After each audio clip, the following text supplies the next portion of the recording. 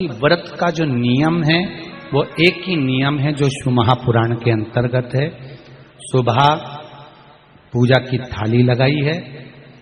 5 व्रतों का विधान है, छठा व्रत का विधान नहीं। कितने व्रत?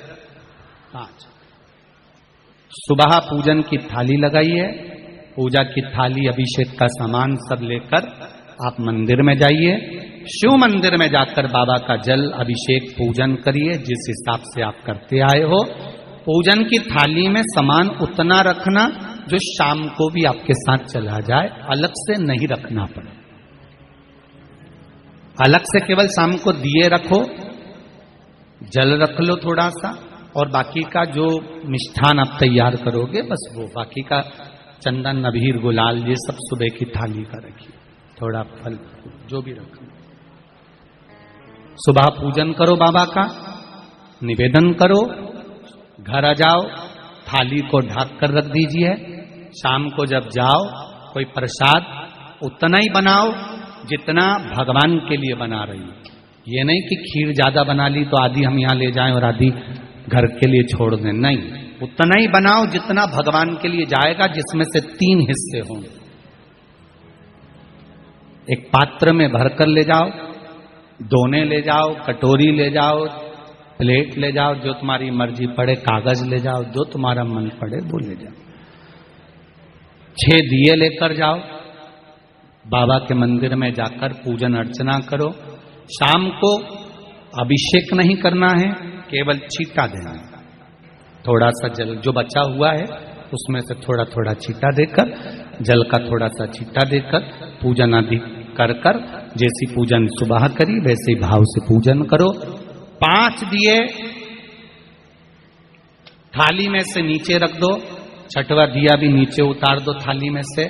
5 दिए लगाना जब प्रसाद के 3 हिस्से पूरे कर दो, प्रसाद के 3 हिस्से रख दो नीचे, फिर दिए लगा दो 5। एक दिया उठाकर जिसको जलाया नहीं है वापिस अपनी थाली में रख लो। 5 दिए प्रज्वलित कर कर बाबा को निवेदन कर दो, बाबा आज मेरा पहला पशुपति व्रत है, इसको स्वीकार करना। दिल से बाबा इस कार्य के लिए मैंने करा है, इसको स्वीकार कर लिया।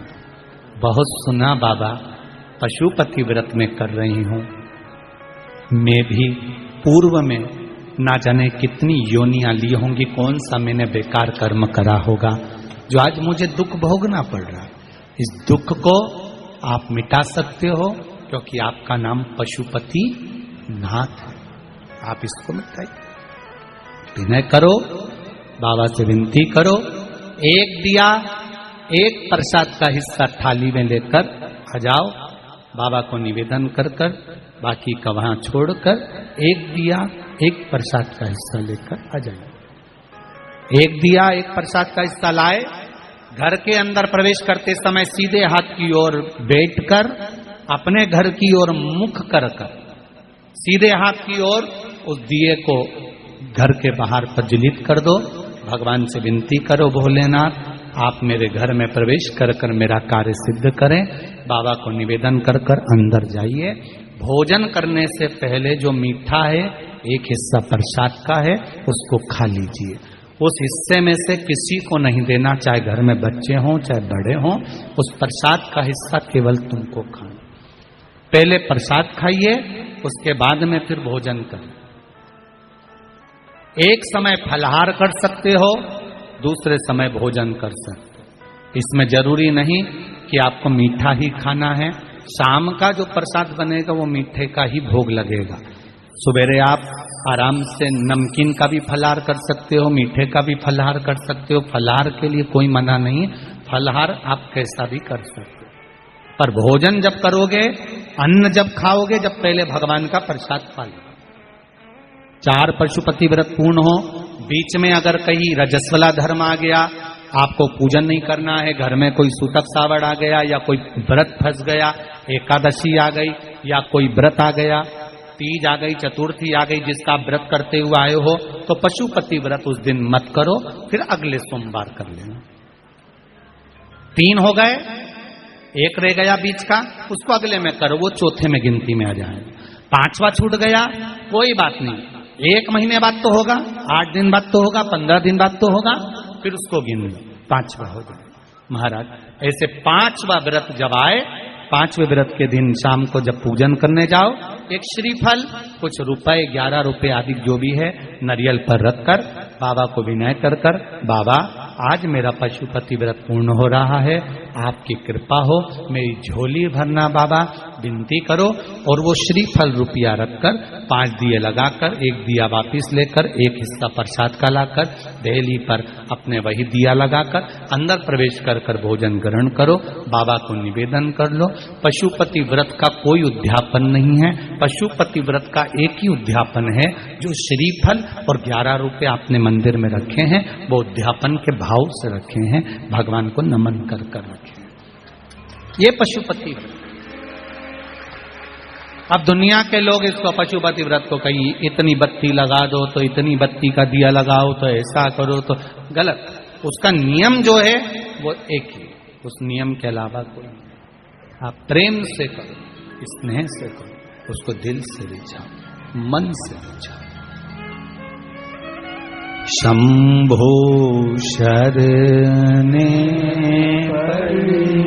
मांगू घड़ी रे घड़ी, दुख काटो दया करी निदर्शन।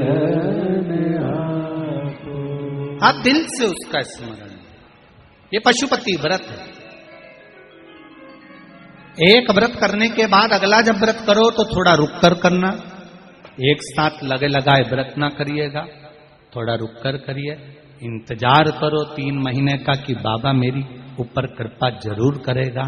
दिल से करा है तो वो दिल से देगा, झोली भर कर देगा, ये निश्चित है, उसका व्रत फल देता है।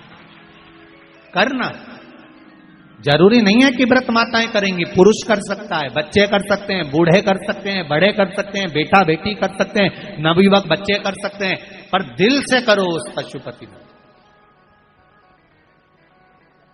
कोई आपका दूसरा व्रत फंस गया है तो पशुपति व्रत को छोड़ दो उस दिन आपका जो व्रत है, एकादशी हो, चतुर्थी हो, तीज हो, छठ हो, उसको कर लो। नवरात्रे फंस गए, नवरात्रे कर लो, उसके बाद कर लेना पशुपति। जितने व्रत रहना है उस व्रत को बाद में। महाराज शिव कृपा, व्रत एक ही मंदिर में करना है। जिस मंदिर में पहला व्रत करा है उसी मंदिर में 5 व्रत करना। ये नहीं कि हम मायके में 2 व्रत करके आ गए और तीसरा व्रत हमने ससुराल में कर लिया। 2 व्रत करके मायके से आ गई हो तो 3 व्रत भी मायके जाके ही करना।